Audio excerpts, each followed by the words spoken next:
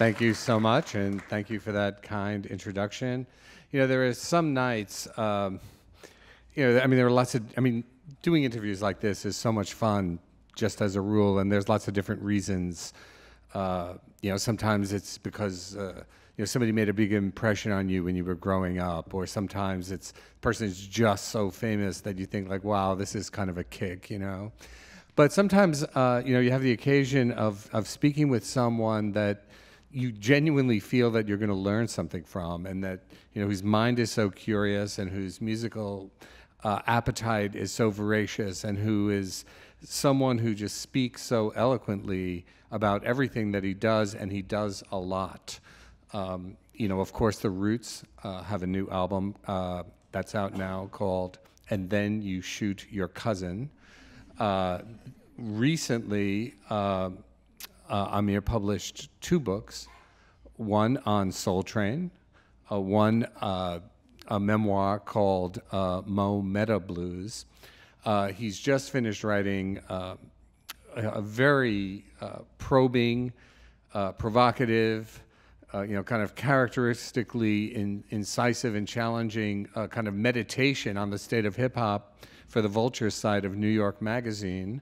And I should also mention, as of course the Roots are the house band for the Tonight Show with Jimmy Fallon, and fabulous job they do of that. So I'm just delighted and couldn't be happier and more excited to bring out Ahmir Questlove Thompson.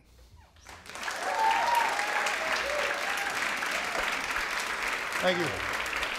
Thank you.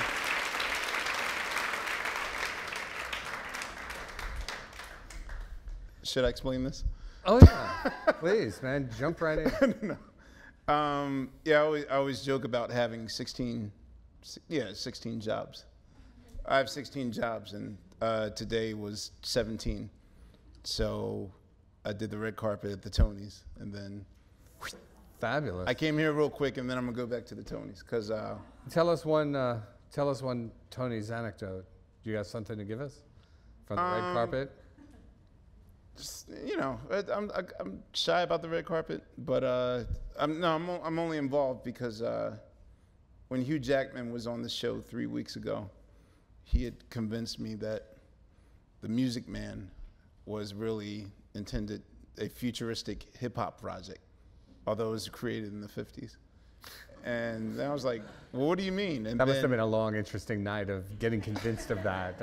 No, well, it's like he lives for this moment, because then he says, well, let me do it for you. I'm like, well, wait, what are you about to, hang on. And then he goes into this bit where he plays 8 people doing this sort of Run DMC tug of war rap thing. Yeah. And when he was finished, he's like, what do you think? And I was like, good. And then he told me that he wanted me to kind of coordinate a modernized version for the Tonys. So tonight, him, T.I., and LL Cool J are gonna do the intro of The Music Man, sort of done in a modern hip hop way. So, dang. I did that during my lunch break, as this is my lunch break from that. So I'd rather be here though. I'm good. We're very flattered. Thanks. Well, and then you shoot your cousin. I mean, let's start with the title. I mean, the record itself is really, just kind of completely intriguing, just kind of sonically, all the kind of things that you're pulling together, certainly the themes that you're working with. And, why was that the move right now? To be honest with you, it's, okay, I know this is really weird because you're here, but critics. No. Well, what's the next word? Even when you started the introduction, I was tripping backstage because, like, a big part of my life is, like, I really wish, this is one of my main regrets was that when my father told me that when I moved my father out of his house into his new home, I forgot to tell him, like, I don't know, like, well, keep everything intact or whatever, or like, let me come by and salvage stuff. But for the longest part of my childhood, from 83 to about, when did I leave home? Like 94. My walls were completely adorned wallpaper with just the Rolling Stone Lead Review article.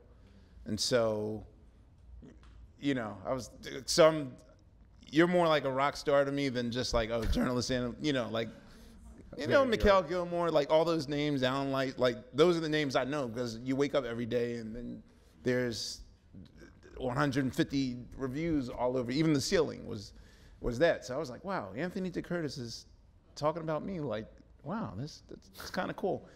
I'm beyond I don't want chagrin. I'm sorry. No. Well, I mean, I'm very flattered. My whole point was that there was this. This is so geeky to say it. All right, so I've had a bunk bed since. Like when you're a kid, a bunk bed is cute, but when you were like 17, a bunk bed is not sexy at all. But so I guess the portion of the Rolling Stone reviews that are on the inside of the bottom of the bunk bed, one of them was the Nebraska review of a Springsteen record. And so even though I fully didn't dive into the Springsteen lake of research or whatever back when I was a kid, I knew that was a departure record, you know. And so then I kind of had the feeling that, oh, okay, well, he's what you call a prestige artist.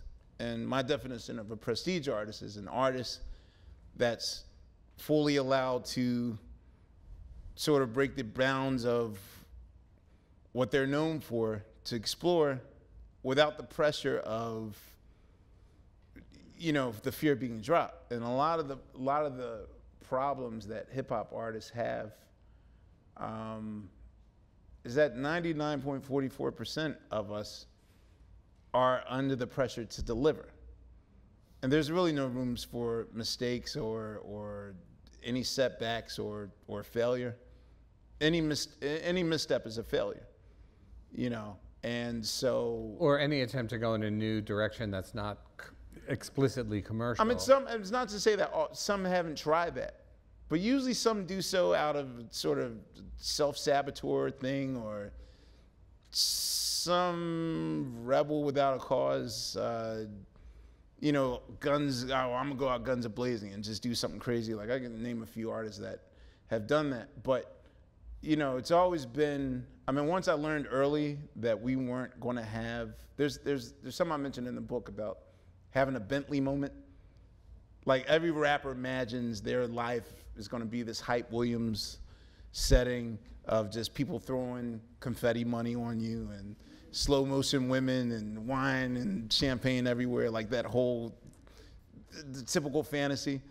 And once we realized, like, not even our first album, like our first single, like, we're gonna be the Rudolph the Red-Nosed Reindeer of the hip hop community. So that's when I learned, like, oh, okay, so it's gonna take us, we could get to the goal, but we're gonna have to go the scenic route of getting there.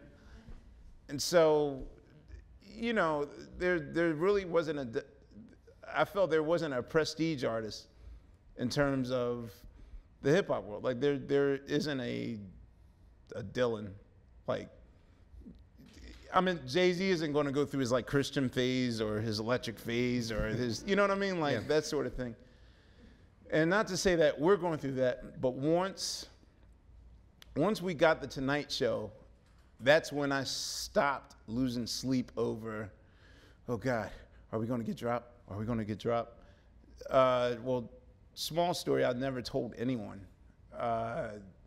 We got dropped for an hour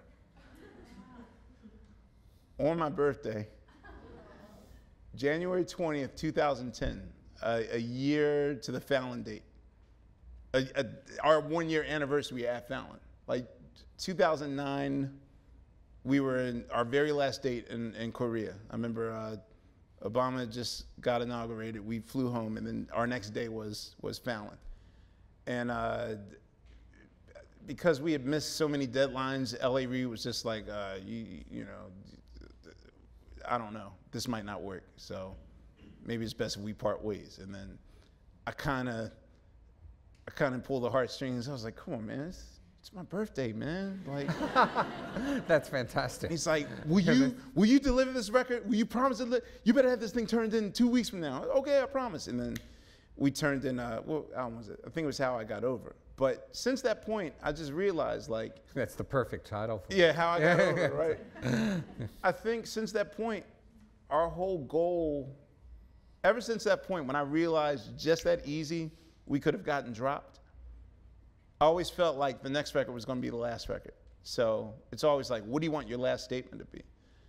And for me, what's more important than any chart success is like, really, what does this album mean as a piece of work? And so we're more or less just interested in making, I mean, it's kind of dismissive to just say art record, or, you know, it's like a paraphrase, but, and it could also seem snobby, but I mean, that's more or less what we're interested in, like making an actual statement. The term "and then you shoot your cousin" kind of stems from the idea of, I guess, if you heard the term keep your friends closer or your enemies closer, this is taking it a step further, which is basically the shock of someone that close to you could betray you. I mean, it just sounds like absurd as a title. Like, you hear it and you're like, yeah, why would you call? But it's, you know, today, it's the society, especially coming from Philadelphia, which was at one point, like, you know, in America's top 3 most violent cities, like between 2006 and 2009. Just the idea of that absurd, senseless act in a snap could happen. Yeah, like someone as close as your family could do that to you. Well, I think that, you know, one of the things I thought about, you know, kind of listening to the record, and also, you know, just even hearing the title, which is an interesting title because it implies all kinds of things that have happened before, like the "and" at the beginning, you know, right, and then and the ellipsis before. Yeah, you know, that you have this situation where, you know, in a life kind of confused and with, you know, kind of complicated and corrupted values, and you know, lack of a clear sense of what of the right direction is. Something like that can happen, like that, you know, it kind of sets the stage for an act that, you know, that is nothing maybe what you intended or hoped to ever be in, but there you are. And well, this is also an observation. Like something happened, I think around 1996, 97, specifically 1997. That's what I mark as the sort of the timeline difference, that Mason-Dixon timeline difference of what I call the hip hop's apartheid period, in which there were winners and losers. Now, the only difference was before 97, losers weren't looked down upon. I mean, the idea of which is, well, when I started the Vulture blog, it's like a 6-part series thing that I did. The very first example I gave was, well, the second example I gave was in blog number 2 about Run DMC. Now, Run DMC's entry into hip hop was the fact that they were similar to how Nirvana kind of was the watershed or the washing of glam rock. You know, the idea of the hedonistic, overprivileged, the David Lee Roth-inization of rock lifestyle, how, you know, they just washed that away and sort of were everyday guys. That was Run DMC. Like, before Run DMC, you know, hip hop was pretty much derivative of you know, post-Parliament Funkadelic, you know, I mean, they look like downtown art scene. You know, it's very much influenced by Warhol's factory and Danceteria and what was going on in the downtown scene. Spikes, chains, leathers, like people that didn't look like my next door neighbor. Right. And Run DMC's entry into it was that they were 3 guys that dressed in black jeans, white t-shirts, jackets, hats, like they look like the everyday guy. That's why they were so relatable. Similar to Nirvana. Run DMC was that in '84. And they were the everyday guy. They were the guys you saw on the corner. So it made it relatable. The problem is that at some point that became, just to be a common blue collar guy was looked down upon in hip hop. And suddenly you had to be a winner. And then it just became a carrot on the stick tease of, you can, like, that's what hip hop became. And now it's just, it's diminished returns because all we celebrate are winners. And you forgot about we celebrate the 1% and the success story, but we kind of look down upon the. Well, I was about to say, did that just trace something that was happening in the culture at large, or are there specific reasons why that happened in hip hop? I think in general, I mean, black people love, and you know, I know who but me knows that hip hop is more culturally, you know, spread out than I do. But, you know, in a general sense, I mean, it starts with, the core of it is the black creators and black fans, and then it spreads. You know, it's something about the aspirational story. That's why Jay-Z will constantly win, because he's reminding you, I came from Marcy, but now I'm a winner. You know, one of Drake's biggest songs is, I started from the bottom, now I'm up. So people love that story, which is really telling about the reception of And Then You Shoot Your Cousin. I have to say that no album has angered the Roots fan base more than this album, which I love that. I'd be more scared if it were met with indifference. Like, oh, y'all, whatever. Like, I would be more afraid of just the brush off, okay, well, y'all released a record, whatever. But the fact that I've gotten more, you know, and the response has been like, well, why are you guys so, there was one writer in Spin that like did this whole dissertation, like, well, how dare, like it was my design, like how dare Questlove? Like they think that because the 8 of us won the golden ticket of the Tonight Show and all the doors that's open, like, well, you know, you guys are rich now, and I've seen your apartment, and I've seen these people you hang with, and your Instagram is like, da-da-da-da-da-da. Like, that's supposed to make okay that I should ignore what's this other behind reality, me. yeah. Yeah, like I still have, you know, from my standpoint, you know, when blacks are met with wealth, it's never a thing that you're grown into. It's not like, you know, I had an affluent family that had a business and nepotism brought me into this. And yet, you know, like the kids at 30 Rock, a lot of them are like grandkids of the CEO and that sort of thing. It pays to be nice to the pages at 30 Rock.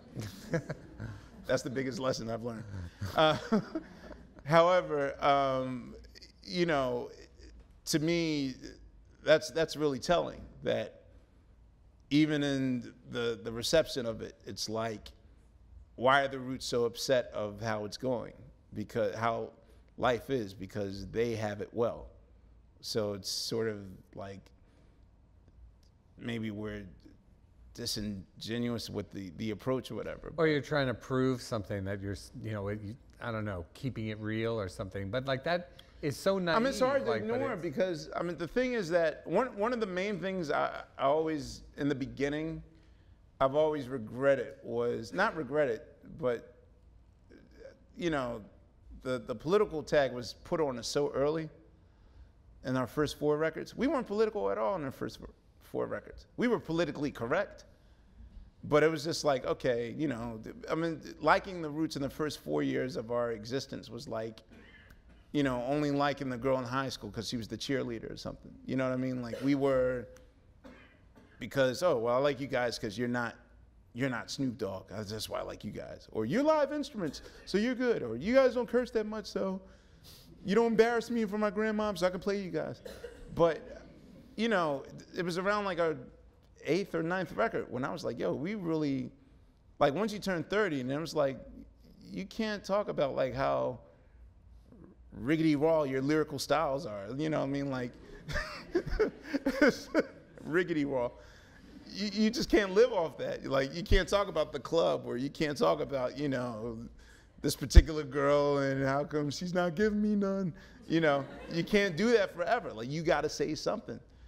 And so, to me, like, I felt that was where we were. Like, especially, I don't know, I wish people could see what Philadelphia was like. You know, like right now, I would imagine that Detroit, you know, and it's hard to place all the weight on Eminem's shoulders, but I mean, Eminem's just, he has problems in his own world, you know, but to look at where Detroit is right now, like Detroit's a living hell. Like, I wish someone, an MC from Detroit, really represent what that is. What life is like in a 24-hour period of Detroit, and let people know. I mean, there's just a lot going on that's getting ignored, and kind of that's the whole reason for this record and that blog, is the fact that it's so swept under the rug and not talked about that, you know, it's looked down upon to even bring it up. You know, you talked about Nebraska, you know, the Springsteen record and the kinds of detours that artists make, and obviously the Roots, you know, trajectory has been as involved as you described it. But one of the things that interests me about it, and that I find really intriguing, is that it always, I mean, I have no idea if you think remotely like this, but it just always seems like, okay, what's the next interesting thing that kind of presents itself? Or, that there's not this kind, how do we follow up this? Or what is the, it's always, oh yeah, sure, John Legend, great, or like, let's make this kind of swerve to the left here, or, Elvis Costello, yeah, man, that's cool, or yeah, be on Fallon, like these things, were not necessarily things that, anybody could script for you, and they're all, kind of interesting in and of themselves, like there's less of a sense of, okay, this is, I mean, I said, so why this move now? And it was half ironic because, I mean, it's clear you don't operate that way. Right. I don't think at any point of our career, even in the beginning, I don't think that we've made that popular choice, Well, yeah, our fourth record, which was our breakout album, it was like we had that one meeting. It's like, okay, well, there's this unknown writer named Jill Scott who wrote this song. Do we let her sing it? Or do we listen to the label president and get our friend who's really popular, Erykah Badu, to sing the same song? And we really campaigned hard for Jill. But I think that the one thing that separates us from, I think, most units is, first of all, there's no yes men. And we're smart enough to have, at least I'm smart enough to have what I call ledge talkers, because I'm not going to even try to mislead you people into thinking that, I'm all focused thinking and, clear-headed all the time. Like, my instinct is always to do the wrong thing. But I'm smart enough to have those 5 people that always talk me off the ledge at the nick of time. Like, Ahmir, I want you to have a clear head about this before you press send on that tweet. I want you to think about that, or whatever you do. Well, minus the Michelle Bachman debacle. I was about to say. Yeah, I know it's coming up. But however, 99% of the time I listen and will rest on it and then make the right decision later. But, as I said, right now it's a one album at a time thing. Our deal with Def Jam's kind of sweet, where it's just one record. We're not on Def Jam now. If we want to go back and say, hey, we have another record, we have another idea, they'll take it, you know. And it's kind of cool not to have that pressure, like on our, like that's not a good way to live. Because now I see, because what I'm seeing now is, right now we're in the second generation of winners. That first generation of winners from like 96 till about 2005, you know, now most of them are sort of on the downslope where they were formerly winning, you know, 99, 2000, 2001, 2002, you know, Six Flags, now they're on their way down. It's watching them cope with the reality that, you know, it's not about them anymore. Now it's about whoever's in front of them. It's a curious character struggle that I'm so glad I wasn't part of it. Like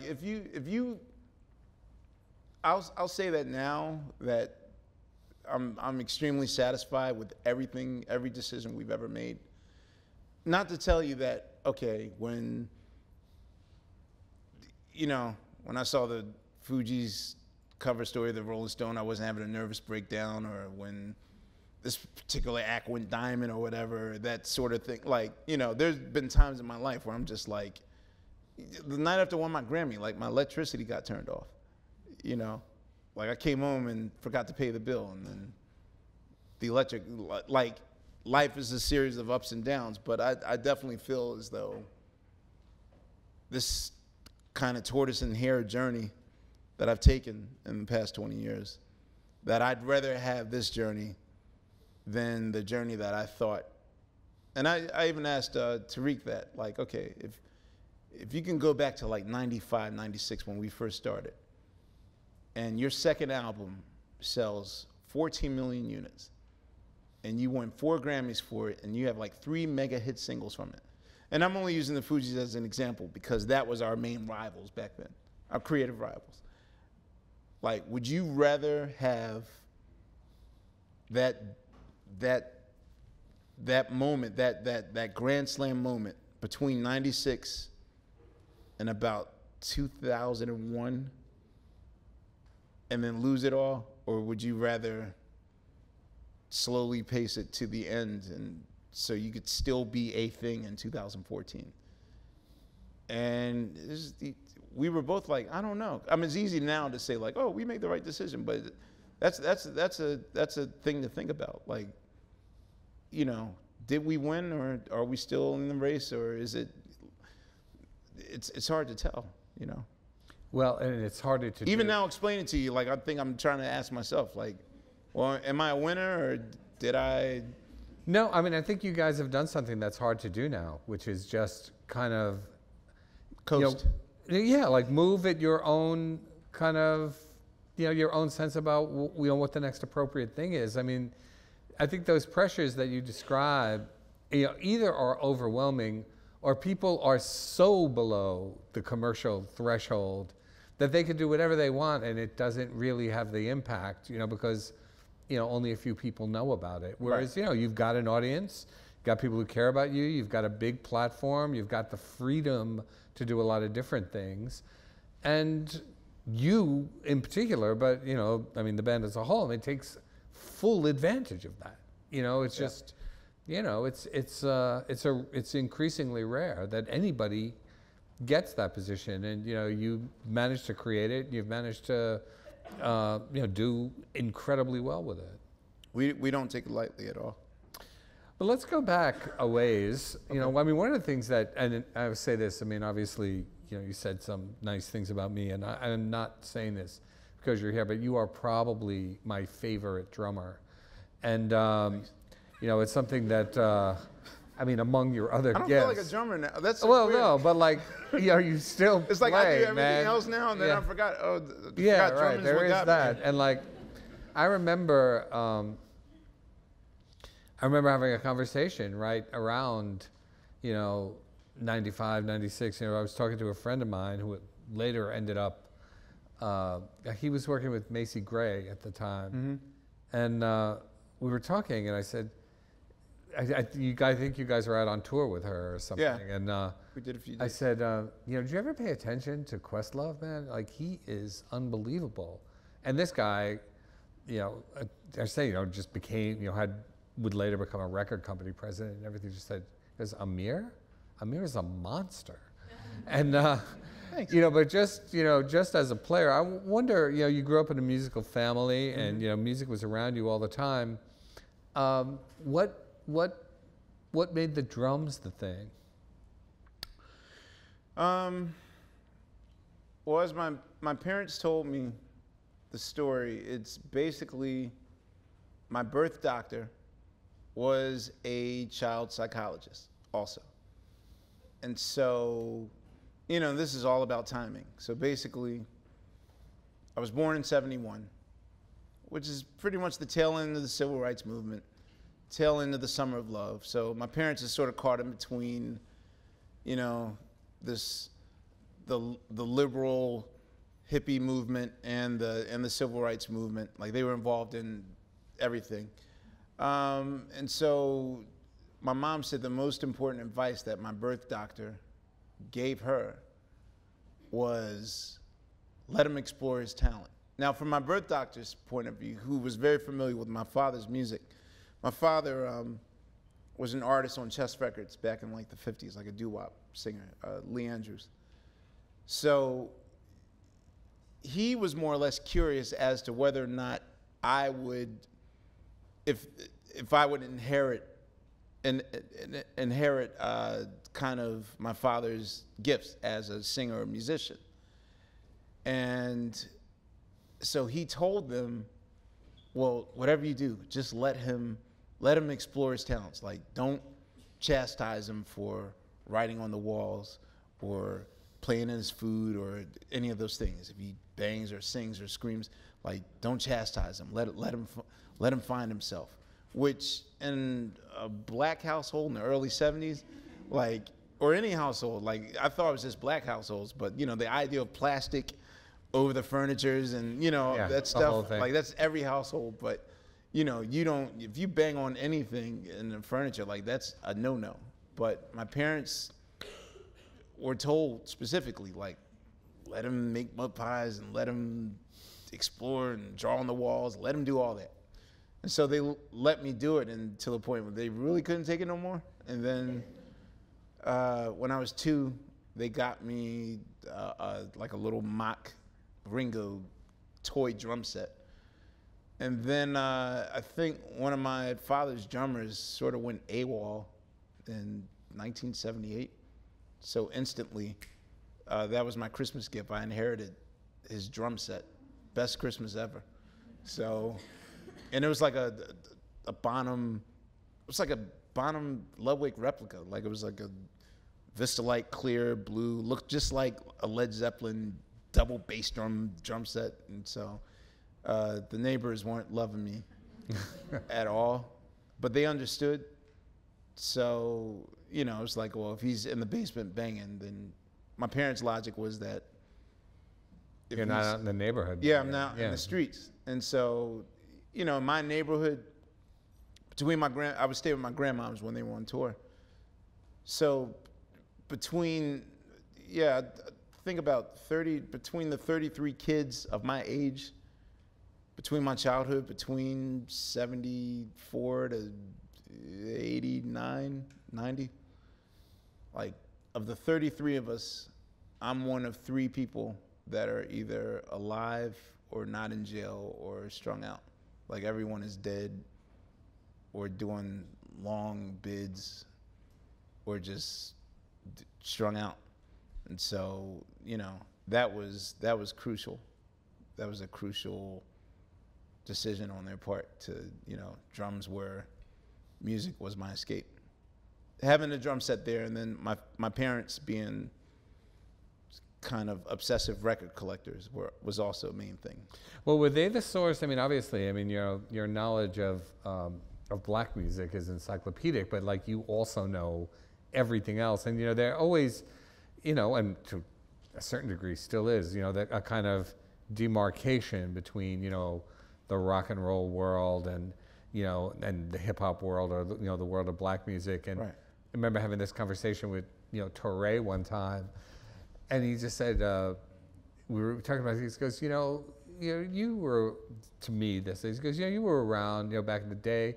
You know, did you? I said, yeah. You know, I still listen to black music all the time, and you know, but also, you know, the Beatles and whatever. And he goes, well, you know, I was talking to my parents, and I just said, well, you know, do you ever listen to the Beatles? And he goes, nah, we never paid attention to that. You know, we were just, you know, Motown and Stax and all that. But like, obviously, you know, later on, you know, you got the whole package. And how'd that come about? 3 very distinct record collectors in the house. So there's 5,000 records, and there's 3 record collectors in the house. My dad, it's so weird for the image of my father, which if you imagine this like Afro, you know, I think I can imagine it. This black and proud, like really like quasi-militant guy, like his record, his music sensibility was the opposite of that. Like my father's record collection side was like Tapestry, fabulous, the best of the best of Johnny Mathis, Evergreen. No, and surprisingly, and this, I'll never forget the day. I've had one moment in my life in which I recommended a record to friends in the room, and it was like that embarrassing like record scratch thing where it's just dead silence. Yeah. I was like, my idol in the producing world is a cat named Jay Dilla, who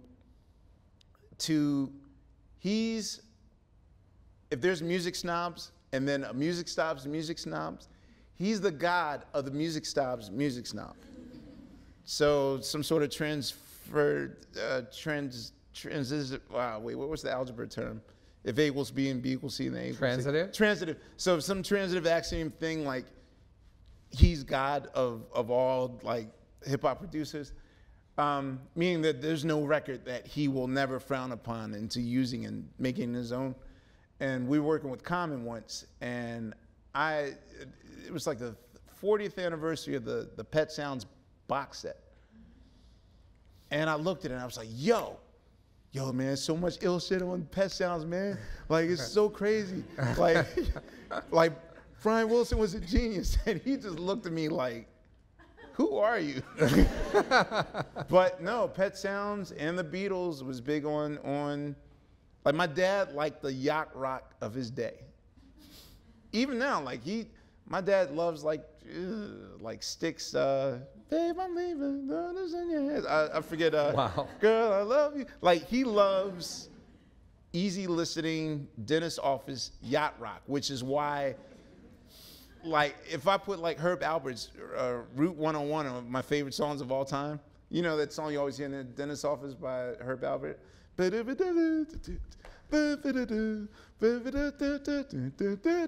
Like that is my favorite, like that's what I remember. My mom, on the other hand, very abstract jazz soul lover. So she brought all the funk and soul home. So all the regular Stevie, Earth, Wind & Fire. But even more than that, like if the album looked interesting, then she copped it. My sister, trying to figure out her way socially in the school that she went to, mostly white girlfriends or whatever. So she was the one that brought home Ziggy Stardust, Queen. Like I remember Bohemian Rhapsody when it like debuted on Midnight Special back in '74. It's a long story. I wasn't allowed to watch TV, but I was allowed to watch any music show. Most music shows, Don Kirshner's Rock Concert, Midnight Special, Soul Train, all those shows came on midnight, 1 o'clock. So I'd have to go to bed at 8, but they were polite enough to wake me up at 12:30. And then I could watch. One of the stories of how I met Kiss in Buffalo was based on that. Like, they woke me up at 12:45. Who was the last artist playing? You remember Dan Hartman, Instant Replay? And I do, yeah. Yeah, like he was the last artist on Midnight Special. Went in the hallway to get a soda. Got 50 cents off the dresser, and the doors open, and it's freaking it was Peter, Chris, and Ace just coming home from, they had their makeup off, but I knew it was Kiss, but it was a circular hotel. So the door opens and I looked and I was like, ah! And I ran, but I ran so much that I ran past them like 3 times over. So, I mean, yeah, if it was music, they encouraged it. So between those 3 record collections and then watching only music programs, and then, you know, coming of age in the age of hip hop, in which everything under the sun was sampled. I mean, between Public Enemy and De La Soul alone, that was my parents' whole record collection. So that's when I was like, oh, well, I can do this. Like, this is my childhood fed back to me. So that's basically how I got into it. Do you remember the first hip hop record you ever heard? I always describe the first moment I heard Rapper's Delight. Are any of you familiar with Orson Welles' War of the Worlds? How when they first broadcasted it, and when was it first broadcast? Like the 40s or 50s? I thought it was I thought it was the early 50s. Yeah. So, you know, the whole idea was that when they broadcasted War of the Worlds on the radio, half its audience thought it was actually real, like they were being attacked by aliens. Like, so the idea of watching the radio, when I heard Rapper's Delight, my sister and I were at our grandmother's house. We were doing the dishes, and it came on, and we just stopped everything and looked at that clock radio in the kitchen, like, and it was so long, like, the song is 15 minutes long. By the 4th minute, I was like, I gotta record this. So I ran upstairs to get that, you know, the cheap General Electric Radio Shack recorder, and I recorded the radio, and then committed everything to memory, and then came to school the next day and just performed, at least from the 3-minute mark to the 15. Like, I was popular in school for those 7 days, and then everyone heard Rapper's Delight after that. So, yeah, I mean, I was there for Rapper's Delight, and that moment was like that was a War of the Worlds moment. Like, to be 9 years old and to discover hip hop, you know, and a lot of firsts that happened in those first 4 years, like hearing The Message for the first time, and oh my God, this is serious. And the part where they get arrested in the end, and oh my God, that's what really happens. Like, I was living in the hood then. Of course that happens, but to hear it, you know, depicted, yeah. I was like, wow, that's really cold. And first major punishment I ever got was Grandmaster Flash released the first demonstration record of actual scratching on the album, on a record called Grandmaster Flash on the Wheels of Steel. And so my cousin is trying to explain to me this record. And he says, yo, you ever heard this song called Fat Five Freddy?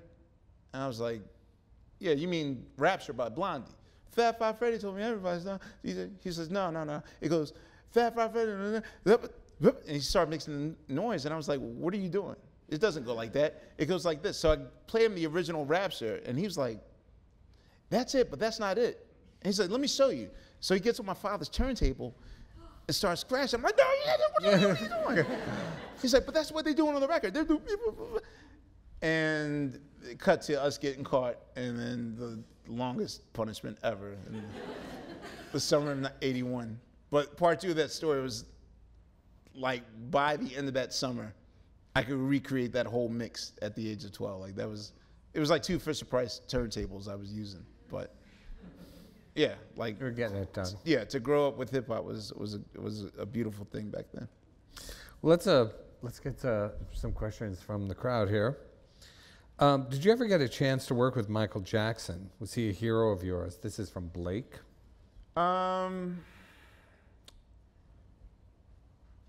Yes, no, yes. I was lucky enough to, when I first saw him, well, when we were in the room at the same time, it's kind of almost the same thing.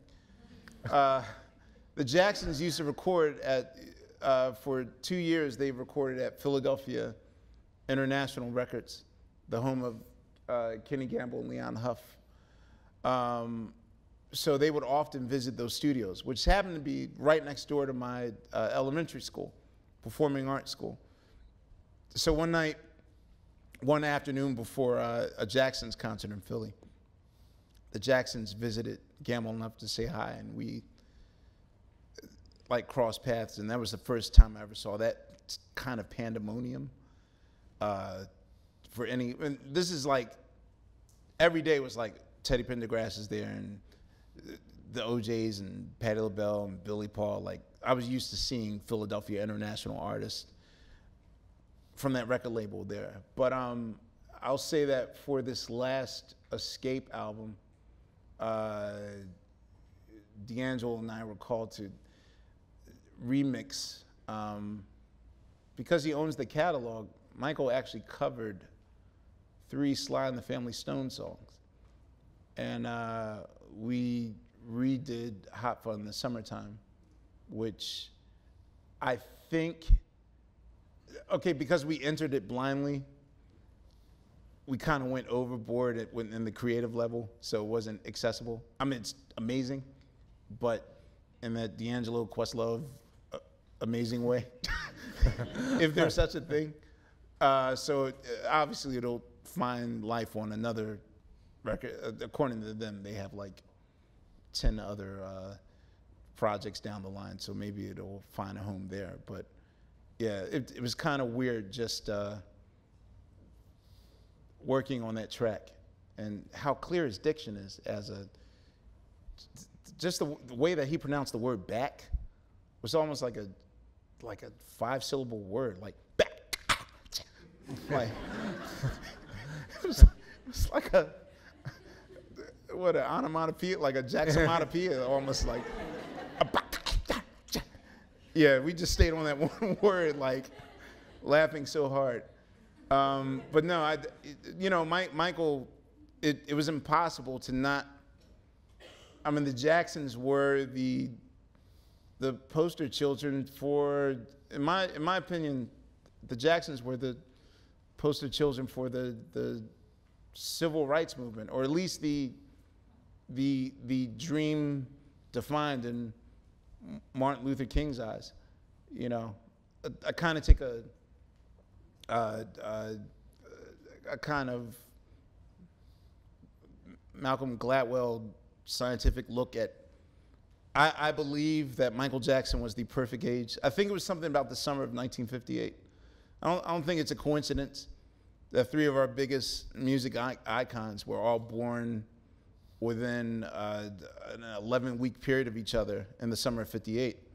Prince, Madonna, and Michael Jackson, all Midwest born. I think there's a connection between being born in the Midwest, being born in the summer of '58, and them sort of arriving at a particular place in their lives in which, by the time the spotlight was on them, they were ready for their spot. You know, they were ready for their close-up to being icons. You know, I think there's a really good study there. Maybe I'm the person to do it, maybe I'm not, but I think there's something there. But in the case of the Jacksons, it was hard to ignore them. I remember at one point, like, being a member of the Jackson 5 was like an occupation. Like, people would come up to me, because I've always had this afro, even bigger when I was a kid. And it's like, oh, what do you want to be, one of the Jacksons when you grow up? Yeah. You know, it's, yeah. This is, there are a number of questions here, but I want to... I'll make it quick, I'm sorry. No, I want to move into, I just want to move into one part of it, just because, along with your own, pieces in, in Vulture, there's a 900,000 word Jody Rosen think piece about Beyonce in the New York Times. Mm-hmm. And of course, the SNL piece about the Bajancy, anyone who deviated from, Beyonce worship. Yeah. And so someone here in the midst of a number of other things said, any thoughts about Beyonce, about Beyonce's project, and if that changes anything? In other words, well, I'll read the whole thing. Hi, Quest. What do you think about music becoming more about singles and not about the album? Beyonce's project, if that changes anything. But I'd like to hear you talk about Beyonce. Yeah, I made a public declaration once. I had an experience with her that forever changed my perception of her work ethic, of which I walked away and said, okay, she's the new Michael Jackson. And this is when Michael was still alive.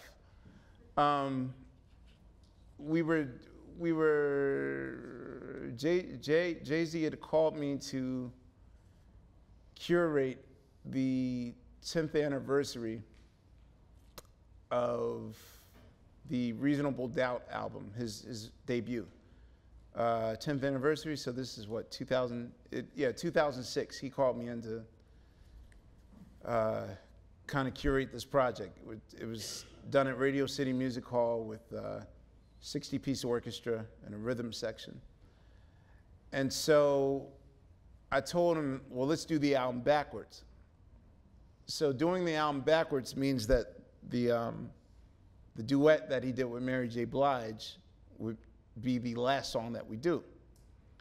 And I said, well, here's an idea. Why don't we do it, with your girl? They weren't married at the time. They were just, they were still in the denial stage, I guess. They weren't dating. Let her do Can't Knock the Hustle. And so they agreed to do it. And he hires me mostly because of, I guess, my ability to figure out different ways to flip things. We practice it the regular way. Then he says, all right, now do what you do. Like, do something to the third verse. Like, do something creative. And then we think, we work on it for an hour and then present it to him. Okay, I like it, or I don't like it. I like the fact that he's an A-B person. He'll let you A-B it, and then he'll decide what's best. So I kind of saved a lot of that fire of the creativity thing for Beyonce. And I figured, okay, let's do something really weird with the ending and the chord structure. And it'll really make it perfect. I don't know if we were showing off or just auditioning or whatever, but so we get to rehearsal, and these are really hard, dissonant, chromatic jazz chords, which you really, this is like the equivalent of juggling 10 plates in the kitchen. You can't drop one. And so we tried it once, and she said, okay, do it again. And we tried it again. She says, okay, so what? And then we tried it a third time. She's like, all right, I'm gonna get it, And so she sang it 3 times. And then I thought, oh man, okay, maybe this is a little too ambitious. Like, let me dial it back a little bit. And so I was like, well, no, how about we just, the original ending's good. We can do it the original ending. She said, no, let's do it again. So we do it again. Now it's like lunch break and orchestra, union rules, must take lunch. And I was like, look, I'm fine with it. And I looked at Jay like, yo, we could do the original ending. And he gave me a look like, and I was like, huh? And so now it's like a half hour is going by, and we're just working on the last 4 bars. That's all we're trying to figure out how to end the song, the last 4 bars. And I pulled it aside. I was like, look, I said, it's quite all right. Like, we were so over our heads with picking these, no one's gonna fault you for not getting it. It's cool. And she said, oh, we gonna get it. And it was a look and I realized oh, now she has to deliver. Like, it's a thing where she will not let this moment go by and she's not deliver. And she got it in another 15 minutes. Like, it took us 45 minutes to get to it. But then I realized, I was like, wow, she has a determination I've never seen any human being. Like, I grew up idolizing and later heard documents of Prince rehearsals and, of him making a band do something 2 hours in a row, that sort of thing. But I've never physically seen that. So no one in the hip hop, oh God, to get someone in the hip hop world to sound check or go over something 3 times, it's like, I got this, I'll see you showtime. Like, I've never seen someone so 10,000 plus hours prepared for just that one thing. And so, I believe she is might be a disservice to call her our new Michael. Like, she is her own Beyonce. Like, she is the standard. I'm definitely a fan of her and afraid of her. That says it all, man. Well, we have here from Kamla, who adds her telephone number. What are your next restaurant or food ventures? Right. So upset I didn't get to go to the chicken spot. Will you marry me? That's a loaded question. Yep. Where you want to go? Our food, right now, the food venture is one of the hardest businesses to sustain in. Like I have major respect for anyone that's been able to sustain any sort of culinary business for that long, that consistent, because this is a hard pressure, especially when new blood comes on the block. And you know, right now, I'll say that with the comedy world and with the culinary world, is about as close as I've seen the spirit of hip hop. Like I feel like the spirit of the music I grew up on has sort of migrated to Australia. Believe it or not, like some of the most soulful bands and soulful voices I've ever heard are now in Australia. But the spirit of hip hop, still in America, just in different places now.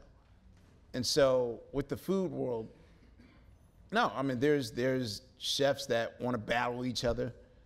And I mean real battle, like calling up, trading, like, you know, well, let's have a taste off, or like coming to me at the last minute like, yo man, da-da-da's thing is dry, or, you know, Jiro's sushi ain't all that, or whatever, you know, like really like, you know, like there's snobs in a way that I see underground and commercial hip hop just that way, you know.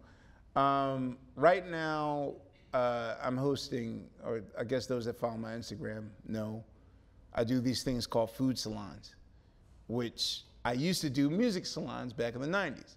Back in the 90s, it was an unknown Erykah Badu with an unknown Common, with an unknown Mos Def, and an unknown Eve, and an unknown NDIRE, and, you know, all these luminaries in my living room having jam sessions with music.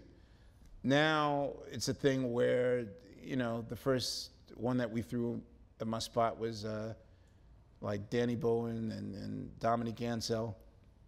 He didn't make Cronuts. He's very guarded with that. They collaborated, and then we just had April Bloomfield. Like, we basically get 4 or 5 notable, worthy Michelin star worthy chefs collaborating together. You know, for some of them, it's the first time they're working with each other in the kitchen. And, you know, there's about 75 people over, and we're the lucky recipients of whatever they come up with. April served us pigeon with actual foot intact. Yeah, it was interesting. No, it was great. But I mean, the whole idea is just to use food and use music just as a whole immersive experience and bring people together. I guess the end game is I would like to figure out how to bring those worlds together, maybe in a larger structure. And the woman I'm dating right now won't allow me to accept that proposal. There you go. Well, this, you know, maybe is a little bit answered by this previous response, but you go, you seem to stay busy with lots of projects, but always around music. What do you like to do to decompress? Do you decompress? Maybe that's the question. Well, DJing used to be my decompression for root shows, which I sort of figured as that's about as close to an instant gratification as one can get from a psychological standpoint. Like, I know what's going to happen when I play Smells Like Teen Spirit after this Michael Jackson song. The shock of you playing Nirvana after Michael Jackson and then playing Belle de Viv DeVoe after Nirvana. So I'm more or less about sort of the psychological mind control or getting off on the fact that I have the ability to control your mood for the next 3 hours. Which, you know, that I guess maybe that's something that I don't get in Roots shows because I'm like one of 8 people, or any other jobs or teaching or whatever. Like, maybe it's more of a instant gratification thing. But, you know, with 16 jobs, it's kind of hard to decompress. I'll say in the last 5 months, like Russell Simmons is one of those characters that, you know, like you listen to him, and I kind of was half-hearted about it, but he really made me understand at what's the thing, the Summit series. Are you guys familiar with TED Talks, or well, the thing in the Summit series is sort of like a TED Talk for TED Talkers. You know, it's like you're chosen to get with these other 300 people that are supposed to be. And Russell Simmons talked about the importance of meditation, which at first when you hear it, it's like, okay, it's a little, I don't have that. And he says, no, seriously, if you could just sit in silence for 15 minutes in the dark, no cell phone, no nothing, sit in silence and just breathe. He said, trust me, it'll change your life. And I'm actually shocked. I mean, I'm shocked that I actually had that much discipline to do so, but it's kind of how I start my morning, because I have to wake up every morning at like 7:30, but usually getting in bed at 2 in the morning, so I need that silence just to start my day. Like, I have a full workload every day. Like, even now, like, I got 12 things to do tonight. So, I mean, you know, that's how I unwind. God, I lost my place. I was just distracted by the meditation idea because, I mean, it's, you know, it seems to be sort of regained a lot of momentum. Obviously, Russell wrote a book about it. Right. And you know, thinking about like the degree of your productivity, I mean, that was striking that you've kind of adopted now. What is, you know, I mean, I'm almost afraid to ask, but like, what kind of things, what do you have coming up? I got 5 weeks to decide whether or not I'm going to continue at NYU. I'm only limited to 1 semester. If I did 2 semesters, I'd be done. Now, and you taught a course on like kind of classic albums, right? Was that your thing? I did classic albums the first semester. I did Prince this year. They want me to do a funk course. So I might want to do, I think one of the interesting positions of funk music has been people's positioning on the Harvard upper echelon funk of Earth, Wind, and Fire versus the Howard down-to-earth terra firma of Parliament Funkadelic. So both groups have sort of had the same story, one at an affluent Ivy League way and one in an affluent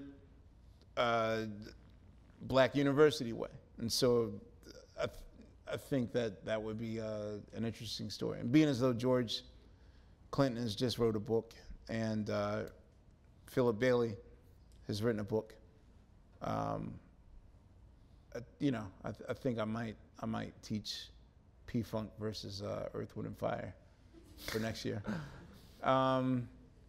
We got that. I just got hired by Soul Train to consult. This is my dream of all dreams. Yeah, this is amazing.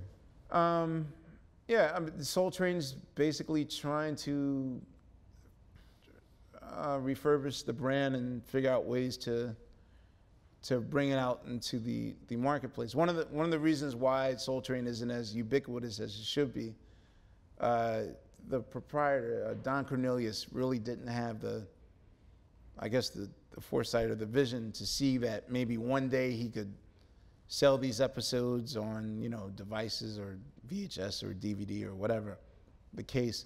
So he never got clearances. A lot of his business deals were just handshakes. Can I play this record? Sure.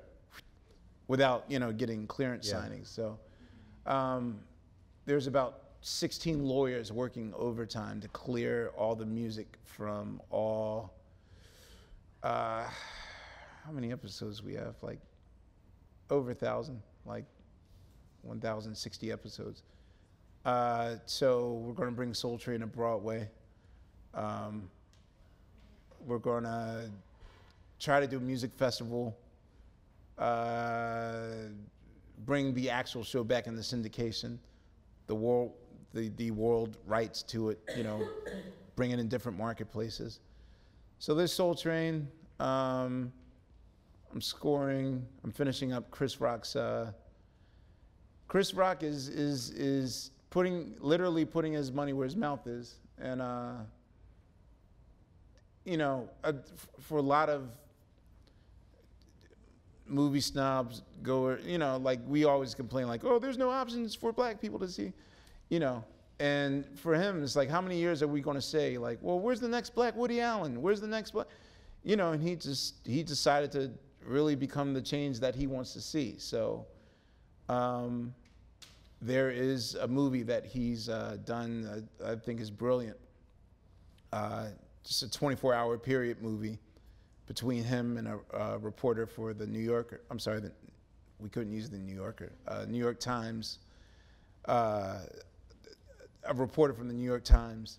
It's kind of not even a romantic comedy. Like, this is really like his version of Manhattan. But I'm scoring this film, and really, like, I hope that this is with Scott Rudin's muscle power. I hope that, you know, this is what will open the door that will allow Chris to really get a lot of those, because he's so full of ideas, you know, like beyond just the comedy or what you know him for. Like, I really think that he could, you know, really be the creative black Woody Allen, you know, if given that chance. So this is that chance. So scoring that. I still do the Amy Schumer. I score the Amy Schumer show. I'm in the Roots. There's You're some on other the stuff. Tonight Show. There's a third book. We're starting the third book. That's the one thing about the Vulture thing. It's like, now the publisher wants the book like yesterday. So I got to turn that in by November. There's a bunch of stuff I'm missing right now. But I'm working. Well, we look forward to all of it. Ahmir, thank you so much. Thank you, Ant. It was really a pleasure. Thank you all. All right. Questlove. Thank you. See you.